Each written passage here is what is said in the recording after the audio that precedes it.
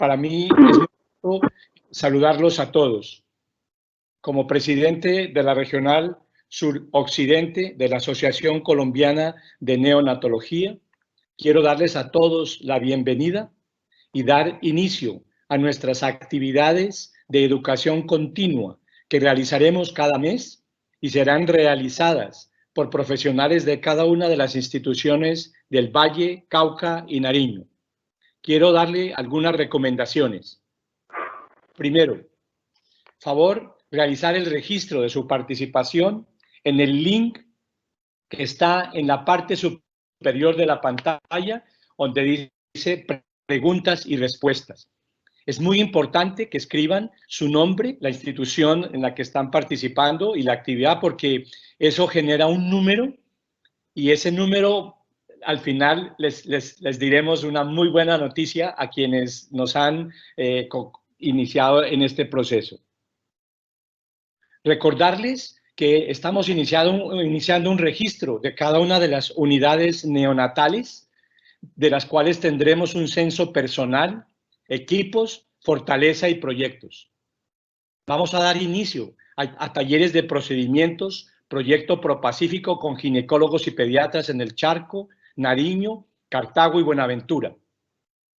Proyectos VINCO, criterios esenciales recién nacidos de bajo peso, uso de corticoides prenatales que ya están iniciando sus actividades. Y lógicamente vamos a continuar con los talleres de reanimación neonatal para médicos y enfermeras, taller de procedimientos, taller de ventilación mecánica, taller de nutrición. Vamos a iniciar un taller muy especial de cardiología y de infectología neonatal, talleres de oxígeno, contacto piel a piel, puericultura, lactancia materna y fórmulas. Taller de reanimación para padres, mamá y papá canguro, y vamos a dar también al stable. Se va a iniciar ya un diplomado de enfermería donde participan 240 enfermeras del país y espero que hayamos podido inscribir algunas de nuestras enfermeras. Y algo muy importante, estamos dando inicio a proyectos de investigación donde vamos a tener todos la posibilidad de participar. Igualmente, como les decía, enfermeras neonatólogas con 5 años de experiencia en recién nacidos y programa canguro y terapeutas respiratorios con 5 años pueden ser miembros activos de ASCON y vamos a empezar a tener una mayor fortaleza en nuestra sociedad. Informarles también que el Congreso Nacional de Neonatología será en Santa Marta en el mes de agosto 2021 y se está definiendo si va a ser presencial, semipresencial o a distancia dependiendo de las circunstancias. Y algo muy importante, ASCON tiene profesionales, recursos económicos y está muy interesada en participar y apoyar proyectos en todas las regionales.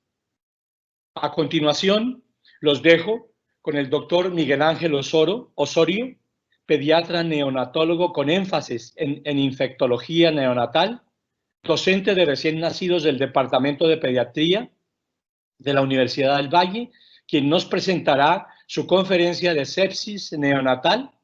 Tendremos al final 10 a 15 minutos de preguntas que solo las podrán hacer por escrito. Yo tengo aquí en el chat, por favor me las pasan, yo las escribo y yo se las hago al final al doctor Osorio. Y al final, como les decía, con todos los asistentes que se inscribieron, vamos a tener 3 rifas de inscripciones a congresos, talleres o libros que nosotros estamos trabajando en ellos. Doctor Miguel Ángel Osorio, sea bienvenido. Buenos días. Primero, agradecerle a la Sociedad Colombiana de Neonatología, Capítulo Valle del Cauca y Suroccidente Colombiano, esta oportunidad que me han dado para que charlemos durante 45 minutos sobre los avances en el diagnóstico, la prevención y tratamiento de la sepsis neonatal. Lógicamente, agradecerle a Jaime este honor que me ha hecho. Voy a desarrollar la charla con base en algunos acuerdos que ha establecido el Colegio Americano de Ginecología y Obstetricia, el CDC de Atlanta y la Sociedad Americana de Pediatría sobre el manejo de la paciente colonizada por estreptococo del grupo B, y también me voy a apoyar sobre algunos autores que en los últimos 20 años se han dedicado al tema de la sepsis neonatal. Quiero resaltar dentro de estos autores al doctor Richard Pauling, conocido por todos nosotros, al doctor Pablo Sánchez, a la doctora Bárbara Stoll, quien es la directora científica de la Unidad de Cuidados Intensivos en Emory, Atlanta. Y voy a resaltar especialmente una persona que se ha dedicado en los últimos 10 años a tocar en profundidad el tema de la sepsis neonatal temprana y tardía, como es la doctora Karen Popper. Como introducción, la sepsis posible es uno de los diagnósticos más comunes en las unidades de cuidados intensivos. Los signos de sepsis son inespecíficos y múltiples síndromes de origen no infeccioso son similares a los de la sepsis neonatal. Luego, ¿cuáles son los retos para nosotros como médicos en una unidad de cuidados intensivos? El primer reto es identificar al recién nacido con alta probabilidad de sepsis y el inicio antimicrobiano lo más pronto posible. Y eso lo hacemos con base en el perfil epidemiológico de la madre, los factores de riesgo propios de la madre y factores de riesgo del recién nacido. El segundo reto es identificar los recién nacidos de alto riesgo y diferenciarlos con los de apariencia saludable que no requieren tratamiento de antibióticos.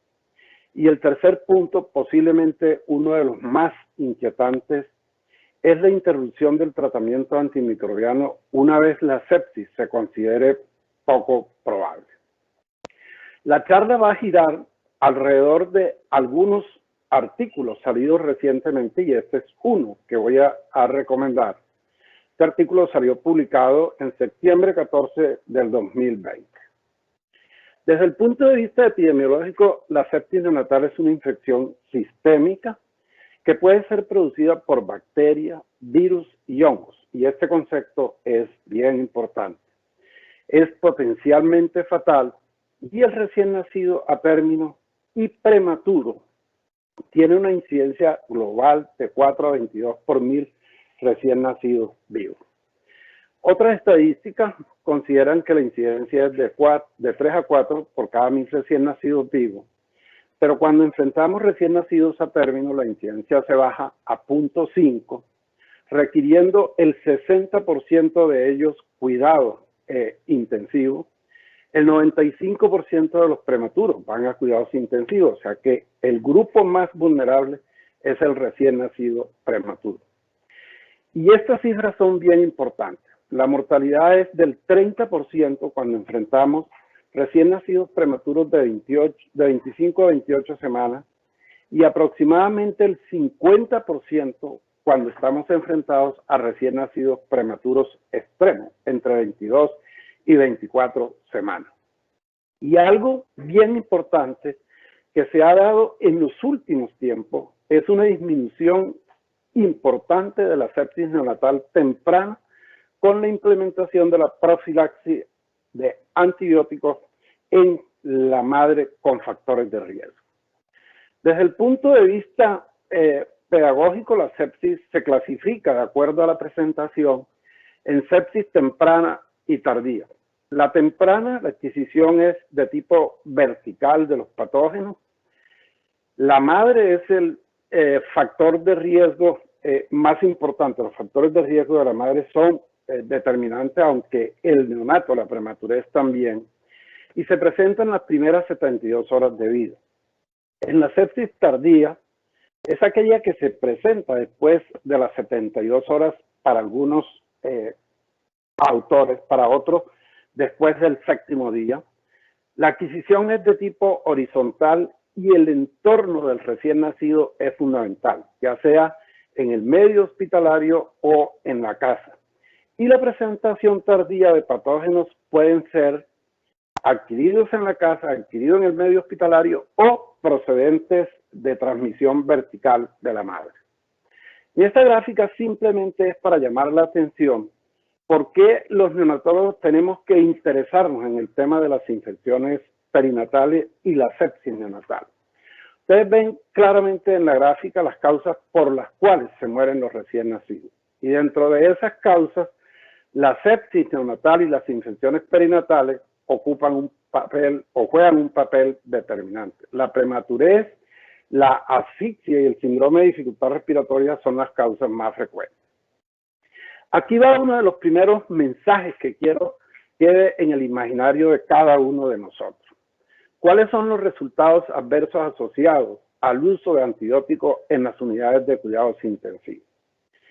El uso excesivo o inapropiado nos lleva a microorganismos multidrogos resistentes, a infecciones endémicas o epidémicas, incremento en la tasa de infección por cándida, incremento en la enterocolitis necrotizante. Está demostrado con un grado de evidencia bastante fuerte que los pacientes en quienes se usan más de 3 días antibióticos en forma inadecuada aumentan la posibilidad de enterocolitis y mayor mortalidad. Hay alteraciones del microbioma neonatal con una disminución de la diversidad genética del microbioma e incremento de las proteobacterias y disminución de los firmicutes. ¿Cuál es el perfil epidemiológico para definir sepsis neonatal? Este es otro artículo que quiero recomendar de la revista Lancet, publicado por el doctor Pablo Sánchez y la doctora Bárbara Stoll. Ellos definen claramente unos factores de riesgo para sepsis neonatal inherentes a la madre, como es la infección materna durante el embarazo y el parto, la infección urinaria intermitente por estreptococo del grupo B, la corioamnionitis o infección intramniótica, como es el término que se acuña actualmente, la colonización materna por estreptococo del grupo B, herpes y Neisseria gonorrea, la prematurez como uno de los factores más importantes, la ruptura prematura de membrana y la taquicardia fetal. Y algo bien importante es que la clínica toma un papel determinante en sepsis temprana. Evidencia de enfermedad local o sistémica, la apariencia general y el estado neurológico del recién nacido, los signos vitales anormales, la pobre alimentación y el compromiso sistémico. Para sepsis neonatal tardía, las intervenciones médicas como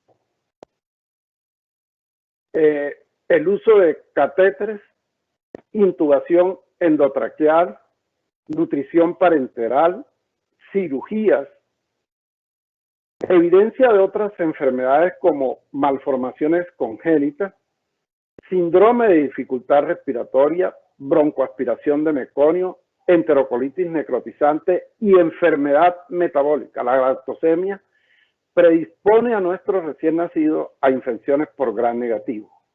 Y en el panorama de la sepsis neonatal tardía, la evidencia de los laboratorios como cultivo de líquidos estériles, cultivo de líquido cefalorraquídeo, orina, sangre, serología materna y evidencia de inflamación por alteraciones en el hemograma, la PCR, citoquina, son importantes y es determinante nuevamente el cuadro clínico del paciente, la falla multiorgánica, la acidosis metabólica, alteraciones pulmonares, alteraciones renales, hepática y alteraciones de la médula ósea. Rápidamente revisemos qué pasa con el sistema inmune del recién nacido. El sistema innato, que es la primera línea, está totalmente comprometido en el recién nacido. Ustedes ven que el epitelio, las células como polimorfo nuclear, citoquina y complemento son elementos fundamentales en la protección del recién nacido que van a estar seriamente comprometidos. Y si hay una falla en este sistema, el sistema adquirido empieza a jugar un rol determinante. Sin embargo, los recién nacidos no han tenido la tregua suficiente para exponerse a esos antígenos y desarrollar ese sistema en forma inadecuada. Aquí tenemos el sistema innato expresado por neutrófilos, monocitos y células dendríticas completamente comprometido en el prematurito. El complemento también tiene alteraciones profundas tanto en el recién nacido a término como prematuro Y en términos generales, el recién nacido tiene alteraciones en su sistema inmunológico que lo hace con mayor vulnerabilidad a todo tipo de infecciones. La inmunidad adquirida toma tiempo, los pacientes van a estar completamente en desventaja cuando se compara con los grupos mayores. La respuesta humoral va a tomar tiempo, sobre todo las inmunoglobulinas G, los 4 variantes de inmunoglobulina G, y si son prematuros, con mayor razón. Esto hace que el recién nacido, en términos globales, tenga una respuesta innata comprometida y una respuesta adquirida también comprometida que al final va a redundar en la presencia de infecciones en términos globales. La tasa de sepsis según la edad gestacional está demostrada también que entre más prematuros son los recién nacidos, mayor infecciones. Entre más dure la ruptura de membrana, mayor infecciones. Y si la mamá tiene una infección intraamniótica, es decir, inflamación intraamniótica relacionada con infección, va a haber más posibilidad de infecciones en el recién nacido. Esta gráfica, que es una gráfica que el doctor Speer, que es un neonatólogo que nosotros conocemos porque ha estado en Colombia, un alemán, él utiliza esta gráfica derivada de los estudios del doctor Roberto Romero, en el cual clasifican la corionionitis de 4 maneras de acuerdo a los estudios que se hagan. Histológica, cuando se hace estudio histopatológico de la placenta y las membranas. Bioquímica, cuando nosotros tenemos recursos y hacemos estudios moleculares de citoquímica. Microbiológico, cuando se hace cultivo PCR, y la clínica, que es lo que nosotros usualmente hacemos. Pues esta terminología ha sido recientemente, en el 2017, por el Colegio Americano de Ginecología y Obstetricia, propuesta que se haga un cambio y se denomine infección intraamniótica para bajar la infección que compromete el líquido amniótico, la placenta, el feto, las membranas fetales y la vesícula. La sospecha de infección intraamniótica se tiene cuando la paciente tiene una temperatura mayor de 39 o entre 38 y 39 y alguno de estos factores de riesgo, leucocitosis materna, drenaje cervical purulento o taquicardia fetal. Y vamos a hablar de infección intraamniótica confirmada basado en una prueba positiva en líquido amniótico o la placenta que reafirme la presencia de una bacteria, virus u hongo, es decir, cultivo o pruebas moleculares a nivel de estos sitios. ¿De dónde vienen los gérmenes que infectan a los recién nacidos en sepsis temprana? Pueden venir fundamentalmente del cervix, el recto y la vagina. Por eso hoy en día, y más adelante lo vamos a discutir, es fundamental el screening de la mujer embarazada en el recto y la vagina. Pueden venir accidentalmente por introducción de gérmenes que durante un procedimiento como amniocentesis o cordocentesis, si no se tiene una buena técnica de asepsia, pueden introducirse al continente intrauterino. Pueden venir hematógenamente, como es el caso de la listeria monocitógena, la LUES, y pueden venir por una vía retrógrada a través de los túbulos, de las trompas de falopio, de la cavidad intraabdominal. ¿Por qué es importante esta descripción anatómica? Porque más o menos puede orientar sobre el germen posible infectante de ese recién nacido. Y esta gráfica que no me canso de mostrar es una gráfica del doctor Roberto Romero, en la cual él nos muestra cómo los recién nacidos o los feticos que son infectados en el útero, tal como se muestra en la parte superior de la gráfica, en el momento de nacer presentan unas características clínicas bien importantes. Anormalidades hematológicas, plaquetopenia, leucocitosis, leucopenia. Activación endocrina, pueden presentar hipoglicemia, hipocalcemia. Disfunción miocárdica, los pacientes están hipotensos. Injuria pulmonar, neumonía. Disfunción renal, los pacientes pueden cursar tempranamente con una falla renal. Problemas a nivel gastrointestinales, a nivel de la piel, como es el caso de la listeria monocitógena y la LUES, Y finalmente, compromiso neurológico. Los pacientes tienen un gran compromiso a nivel neurológico. En esta diapositiva solamente quiero llamar la atención sobre la importancia que tiene la clínica y el examen físico en el paciente con sepsis neonatal temprana y tardía. Este es un artículo del doctor Bissen, que es un intensivista de adulto, pero que es importante para nosotros desde el punto de vista metodológico tener una guía de cómo estudiar al paciente con sepsis. Hay que hacer un recorrido por los diferentes sistemas. El sistema cardiovascular va a estar comprometido, los pacientes están hipotensos, tienen alteraciones a nivel de la piel, alteración a nivel de la microcirculación, y un elemento importante hoy en día que estamos usando como pronóstico, tanto de morbilidad y mortalidad, es el lactato y la toma temprana del ecocardiograma. El sistema hepático con aumento de las bilirrubinas, enzimas hepáticas, el sistema renal, evaluado inicialmente por el balance de líquido y sobre todo por la oliguria, el aumento de creatinina, nitrógeno ureico y en aquellos sitios donde existe la posibilidad de medir biomarcadores excelentes. Sistema neurológico, los pacientes van a estar hipoactivo, irritable, con mala succión. Sistema respiratorio hipoxémico, alteraciones en el vector y en el índice de oxigenación. Y desde el punto de vista hematológico, conteo de plaquetas y compromiso de los leucocitos en los pacientes sepsis. ¿Cuáles son los patógenos en sepsis temprana?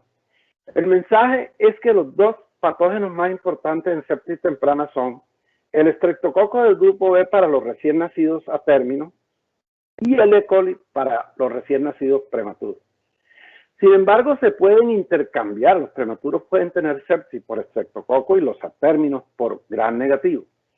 Hay otros gérmenes que producen sepsis temprana en los recién nacidos, como es la listeria monocitógena, el enterococo y en algunas ocasiones estafilococo áureo. En sepsis tardía, el panorama cambia fundamentalmente y los gérmenes que más concursan son los gram positivos, especialmente los coagulasa negativos asociados a aparatos invasivos como catéteres e intubación prolongada. Los gram negativos también son importantes y aquí juegan también un papel determinante los hongos que cada día van en aumento entre 5 y el 28%, y recordarles claramente que hay que pensar muy rápidamente en la posibilidad de un herpes simple e iniciar tratamiento y búsqueda de este cuando los pacientes no responden al tratamiento.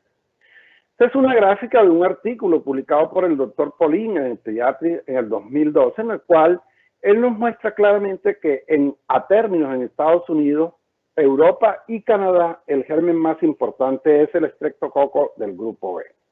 En los prematuros, el E. coli, y en América Latina nosotros tenemos una mezcla de todo, pero cada día en que nosotros nos hemos puesto muy juiciosos buscando el estreptococo del grupo B, este va apareciendo. ¿Cómo se hace el diagnóstico en sepsis neonatal temprana? El gold estándar, el elemento más importante es el cultivo. 1 mililitro de sangre, algunos dividen ese mililitro en 0.5 y 0.5 para estudiar anaerobio. En otros sitios toman 2 hemocultivos, cada uno de 1 mililitro para aumentar la eficiencia y el rendimiento de los hemocultivos. Adicionalmente, en sepsis temprana no hay que hacer parcial de orina, ni hay que hacer urocultivo porque es muy raro la eventualidad en que la infección urinaria se presente como manifestación de una sepsis temprana, pero sí la punción lumbar. La punción lumbar ya vamos a ver cuándo está indicada. Hay que hacerla en todo paciente con cultivo positivo y con clínica positiva para sepsis temprana. Otros exámenes importantes sería la reacción en cadena de la ADN polimerasa, el microarray y otros métodos promisorios que están en el horizonte y discutiéndose en el panorama de la sepsis temprana. En el hemograma los hallazgos son inespecíficos y generalmente uno toma el hemograma para ver la hemoglobina y el hematocrito del paciente y porque en algunas situaciones el hemograma puede presentarse con una leucopenia severa y plaquetopenia que orienta hacia el tipo de germen y la gravedad del paciente. La procalcitonina, la PCR y la presexina, que es un nuevo biomarcador, tienen poca sensibilidad y especificidad en el diagnóstico de sepsis. Entonces, desde ya, otro mensaje importante es que no gastemos recursos, no gastemos plata en estos exámenes, porque realmente no van a ser de mucha utilidad. Y esta gráfica, que espero no los confunda, es para decirles a ustedes que la punción lumbar es un elemento fundamental en el diagnóstico tanto de sepsis temprana comprobada como de sepsis tardía. Hay algunas contraindicaciones como la coagulopatía, la infección en el sitio de la punción y la inestabilidad clínica del paciente. Si se presentan esos elementos en el examen físico, hay que posponer la punción lumbar, pero si no, hay que hacer la punción lumbar en todo paciente con sepsis temprana, con hemocultivo positivo y con clínica positiva.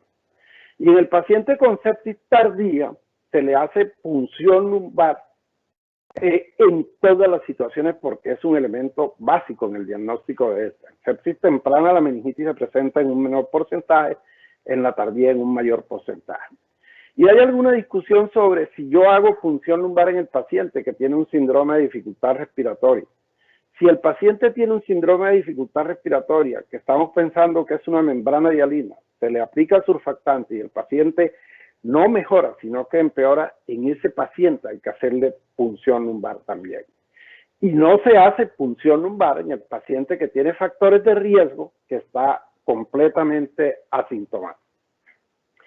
Miremos rápidamente cuál es el problema del estreptococo del grupo B, que es uno de los gérmenes infectantes más importantes. Tenemos que en sepsis temprana produce bacteremia y neumonía y en algunos casos meningitis. En el paciente con sepsis tardía produce lesiones en piel, tejidos blandos, articulaciones y huesos y muy importante la meningitis. Tiene que quedar claro que es la causa más común de infección bacteriana seria en la primera semana de vida y de meningitis en los primeros 3 meses de vida. Cada año, para el 2015, fueron reportados 90.000 muertes en el mundo por estreptococo y 319 infecciones. Es decir, que a pesar de haberse avanzado en la profilaxis contra el estreptococo, este sigue produciendo muertes. Desde el punto de vista histórico, el estreptococo fue encontrado en 1880 produciendo mastitis en cabras y vacas y como un germen comensal en focas y peces. En 1930, mastitis bovina. En 1938, primer informe en humanos. Y en 1960, sepsis en recién nacido. Y en la década del 70 al 80, causa bacteriana más común en el recién nacido, produciendo sepsis. Se declara en el 85 una prioridad nacional en salud pública en los Estados Unidos. Esta diapositiva simplemente es para rendirle un homenaje a las personas que han dedicado parte de su vida al estudio de estas infecciones. Esta es la doctora Rebecca Lancefield, que nace en 1895 y muere en 1981.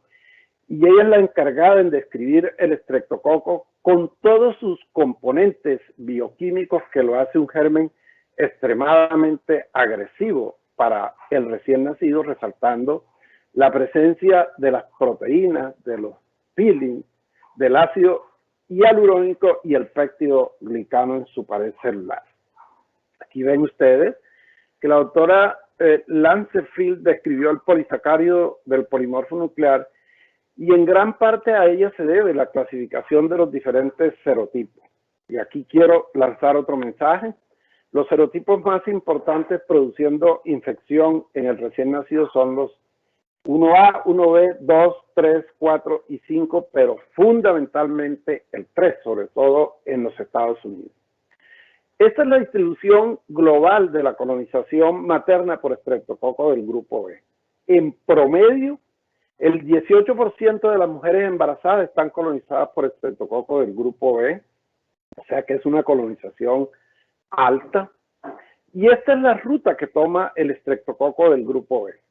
Cuando hay una mamá que está colonizada en el recto o la vagina, existe alta posibilidad, si hay ruptura prematura o parto prematuro, que ese estreptococo ascienda al continente intrauterino e infecte al fetico y produzca un CIR fetal. Si yo manejo adecuadamente con antibióticos a la madre va a estar sana y el recién nacido, tal como lo muestra la gráfica, van a ser sin posibilidades de infección.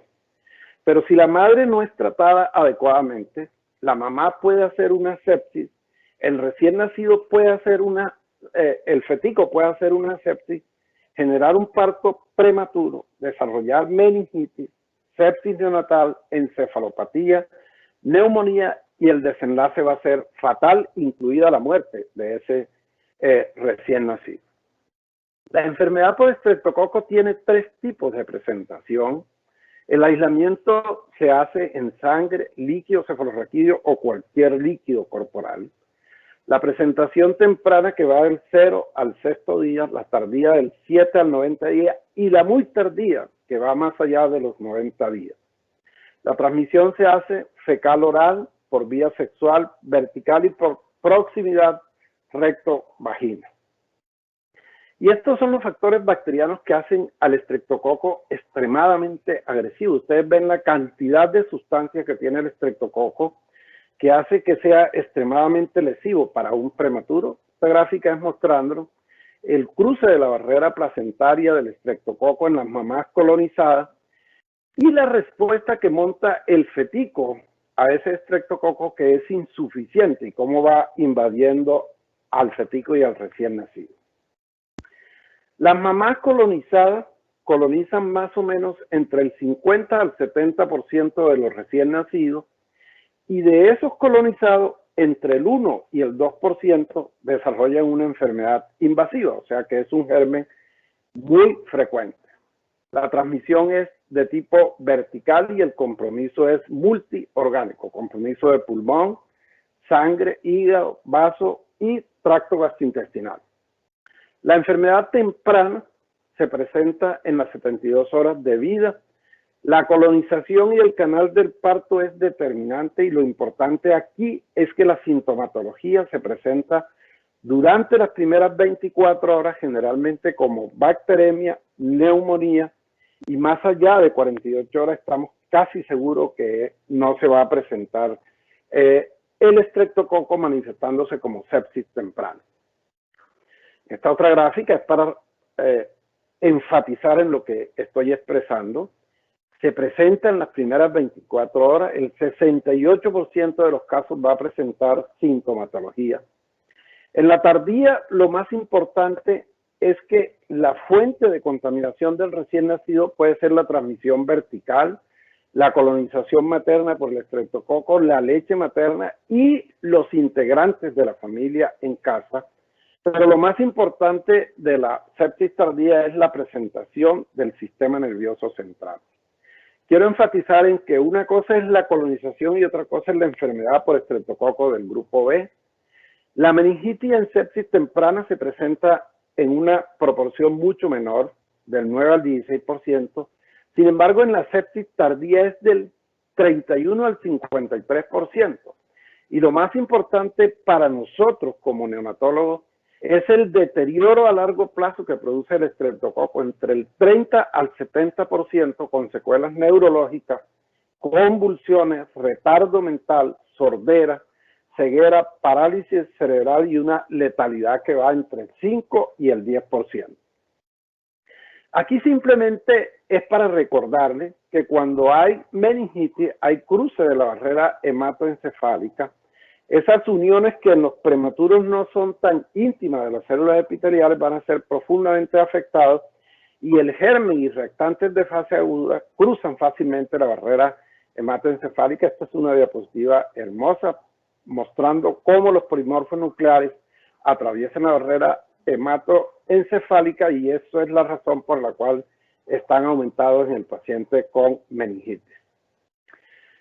Este es como el tercer mensaje que quiero dejar en la charla. Este es un artículo publicado recientemente el 3 de marzo del 2021, en el cual se recogen las recomendaciones del Colegio Americano de Ginecología y Obstetricia con relación a qué mamás deberían practicarse el screening para colonización por estreptococo del grupo B, qué mamás deberían recibir la profilaxis y cuál es el régimen utilizado para la profilaxis.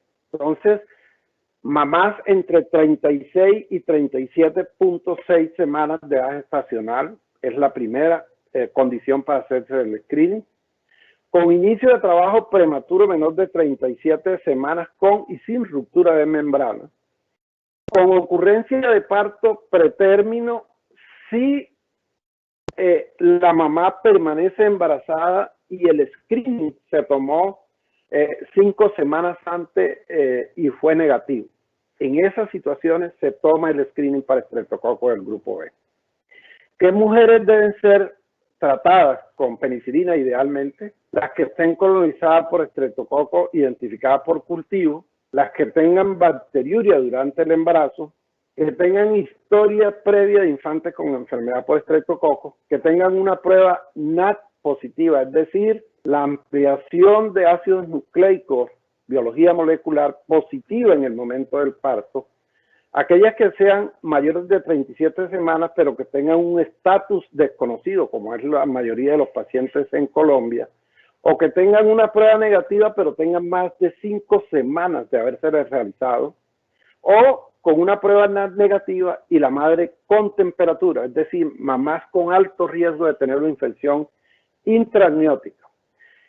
Y finalmente, el régimen recomendado es la penicilina cristalina. La ampicilina es una alternativa aceptable.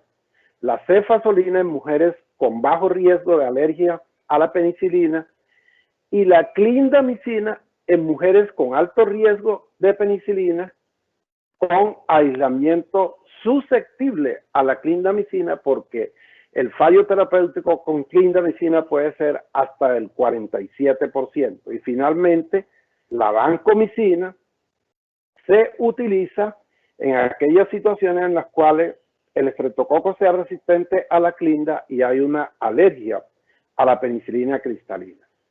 Hay algún grupo de recomendaciones de las 3 sociedades unidas, el CDC, Sociedad Americana de Ginecología y la Sociedad Americana de Pediatría, que es bien importante que nosotros lo tengamos en cuenta. En resumen, ellos recomiendan optimizar el manejo y los cultivos antenatales de recto y vagina. Los cultivos de recto y vagina no son necesarios para pacientes que tengan bacteriuria o que hayan tenido un niño anteriormente con estreptococo, porque hay que hacerle la profilaxis, o aquellas pacientes que van a sufrir cesárea programada, tampoco debe hacérsele profilaxis, y aquellas instituciones que tengan la capacidad de hacer el NAT deben hacerlo en el momento del parto. La prevención, repito, se hace con penicilina cristalina, ampicilina, cefalotina y clinda y vancomicina de acuerdo a los resultados del laboratorio. Y entramos en el cuarto o quinto mensaje importante. ¿Cómo vamos a manejar los recién nacidos? Y aquí la doctora Karen Pópulo juega un papel importante y el doctor William Benítez. Ellos clasifican a los recién nacidos en menores de 34 semanas y mayores de 35 semanas. ¿Qué proponen ellos? Estratificar el riesgo para el recién nacido. Entonces consideran recién nacidos de bajo riesgo, los menores de 34 semanas, aquellos que nacen por una indicación obstétrica, porque los pacientes tengan una preeclampsia, una enfermedad médica no infecciosa o insuficiencia placentaria, que no tenga esa condición y se le haga una cesárea en ausencia de trabajo de parto prematuro. A ese recién nacido, menor de 34 semanas, se considera de bajo riesgo y no hay que hacerle ningún laboratorio, excepto si presenta un cuadro de dificultad respiratoria por membrana hialina, pues ese paciente se manejará como un paciente con membrana hialina, se tomará un hemograma y su radiografía más gases arteriales, pero no se inicia antibiótico. Algunos optan por tomar además hemocultivo para tener un punto de partida, pero lo importante es que tengamos en cuenta que este paciente tiene baja posibilidad de infección y no se inicia antibiótico. El otro escenario es el paciente menor de 34 semanas, cuya madre tiene una infección intraamniótica o corioamnionitis, un estado fetal no satisfactorio, una ruptura prematura, una incompetencia cervical y trabajo de parto sin una causa evidente. Ese paciente se considera de alto riesgo, se le toma hemocultivo, se le inicia antibiótico y se considera punción lumbar si no se retrasa el tratamiento de antibiótico. Es decir, este paciente siempre tendrá antibiótico porque se considera de alto riesgo. Y el tercer escenario son los pacientes mayores de 35 semanas con factores de riesgo. Y aquí es durísima la propuesta porque son pacientes que tienen corioamnionitis, ruptura mayor de 18 horas o profilaxis inadecuada.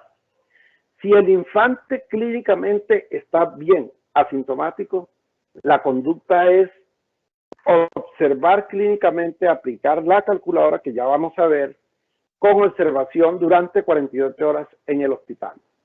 Sin embargo, si este mismo paciente tiene esos factores de riesgo y tiene clínica, este paciente inmediatamente se toma hemocultivo y se inician los antibióticos. Y en el 2019 la doctora Karen Populo, la misma autora de estos artículos, publica un artículo en el cual nos propone las 3 propuestas para manejar a los recién nacidos. Uno, con base en el riesgo categórico, que es lo que tradicionalmente se venía haciendo. Se analiza cada factor de riesgo y de acuerdo a ese factor de riesgo se toman la conducta. La segunda propuesta es la calculadora en sepsis y la tercera propuesta es la observación clínica juiciosa intrahospitalaria del paciente. En la primera propuesta es calcular el riesgo. Esta propuesta tiene el inconveniente que muchos bebés se les toman muchos laboratorios y tienen aplicación de antibióticos sin necesidad. Y aquí están los fundamentos para esta propuesta. Aquí está cada uno de los ítems que propone la doctora Populo analizar. Por ejemplo, paciente que está enfermo no tiene discusión, a ese paciente hay que tomarle hemocultivo e iniciar antibióticos. Madres diagnosticadas con corioamnionitis, según esta guía, es tomarle laboratorio e iniciar antibióticos. Y la madre colonizada por estreptococo que recibió en forma inadecuada la profilaxis con duración de ruptura de 18 horas antes de las 37 semanas, tomarle test de laboratorio y observarlo. Y la madre colonizada por estreptococo con tratamiento profiláctico inadecuado, sin ningún otro factor, observación estricta. Segundo es el análisis multivariado, que es la calculadora en sepsis. Y aquí se tienen en cuenta algunos criterios clínicos de evaluación del paciente. El paciente enfermo, que es el paciente que hemodinámicamente está comprometido, tiene inotrópico, tiene compromiso cerebral. El paciente con apariencia de enfermo que no se estabilizó en las primeras 4 horas, que tiene taquicardia, que tiene inestabilidad respiratoria. Y el paciente con apariencia normal.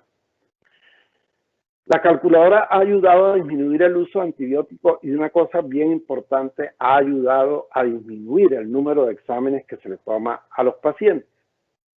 Y la calculadora tiene 3 niveles para hacer la recomendación. Una incidencia de sepsis menor de 1 en 1000, se observa al paciente, mayor de 1 en 1000, cultivo más observación, y si tiene mayor de 3 por 1000 recién nacidos, laboratorio y antibiótico. Estos son los elementos que incluye la calculadora. Ustedes podrán verla en la página web, es fácil de bajarla. Y esto ha ayudado a disminuir el uso de antibióticos. Y la tercera propuesta es la observación clínica estricta del paciente con base en los factores de riesgo y la clínica del paciente. Para eso la doctora ha desarrollado toda una metodología de mirar cada uno de los diferentes órganos. Esta es la propuesta que ya discutimos de bajo riesgo y alto riesgo en los menores de 34 semanas. La distribución de sepsis y meningitis temprana en nuestro país es un estudio del doctor Luis Mendoza, en el cual yo tuve oportunidad de participar. Encontramos más o menos lo que dice la literatura mundial, que en sepsis tardía el número de pacientes con meningitis con sepsis es mayor que en la temprana, y los gérmenes son exactamente iguales, el Streptococcus y el E. coli.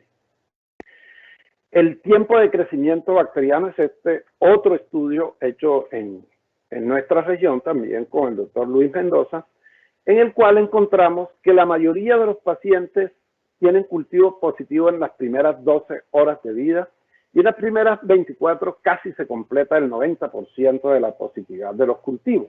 Por eso hoy en día autores como el doctor Cotton y el doctor Daniel Benjamin recomiendan retirar los antibióticos no a las 48 horas, sino incluso a las 24 horas con examen físico normal. Y el crecimiento bacteriano son los que ustedes pueden ver en la diapositiva. ¿Cómo es el tratamiento y la prevención de la sepsis neonatal? Entonces, lo primero es un manejo empírico con base en la epidemiología que nosotros tengamos, y la sepsis temprana generalmente se trata con ampicilina, gentamicina o un aminoglucósido, y la tardía depende del tipo de infección y del tipo de aparato que tengamos. En cuanto a la profilaxis, no hay discusión que la profilaxis en la madre es uno de los elementos que más ha impactado en sepsis temprana, y la profilaxis con fluconazol en aquellas unidades que tengan un porcentaje mayor del 10% de sepsis también ha impactado notablemente. Hay otras medidas como la ferritina, los probióticos, que aún están en estudio. Tratamiento, entonces, tenemos un manejo empírico y un manejo definitivo con base en los aislamientos, igual para sepsis tardía. Suspenderlo entre 36 y 48 horas, pero en el futuro la propuesta es suspenderlo incluso más tempranamente a las 24 horas. Terapia guiada de acuerdo a los gérmenes de cada unidad. Y finalmente las implicaciones para el neonato. ¿Cuáles son las implicaciones de la sepsis para el neonato? La parálisis cerebral en un 16%, los pacientes pueden desarrollar displasia broncopulmonar en el 53%, y convulsiones, es decir, esta es una entidad que deja muchos estigmas, muchas marcas en el recién nacido, casi que para toda su vida. Dependencia de oxígeno, déficit cognitivo, alteraciones visuales, alteraciones auditivas, aumento de la mortalidad. Por eso, siempre que tengamos este tipo de pacientes, hay que pedirle una evaluación auditiva y visual al salir del hospital. ¿Dónde estamos nosotros hoy en día? Conociendo que la sepsis es una causa de morbilidad y mortalidad en neonatos, y que se ha avanzado en el conocimiento de ello. Que los neonatos tienen múltiples deficiencias que los hacen susceptibles a la sepsis, que el diagnóstico ha cambiado y las propuestas han sido dinámicas en cuanto al enfoque terapéutico y la suspensión de los mismos tendientes a disminuir la resistencia bacteriana, que necesitamos seguir estudiando. La profilaxis intraparto, la profilaxis para líneas centrales, es decir, retirar catéteres cuando no lo necesitemos, y posiblemente aplicar el modelo de la calculadora en sepsis tardía y en los menores de 34 semanas que tienen clínica, pero que no tienen sepsis, y mejorar las pruebas diagnósticas.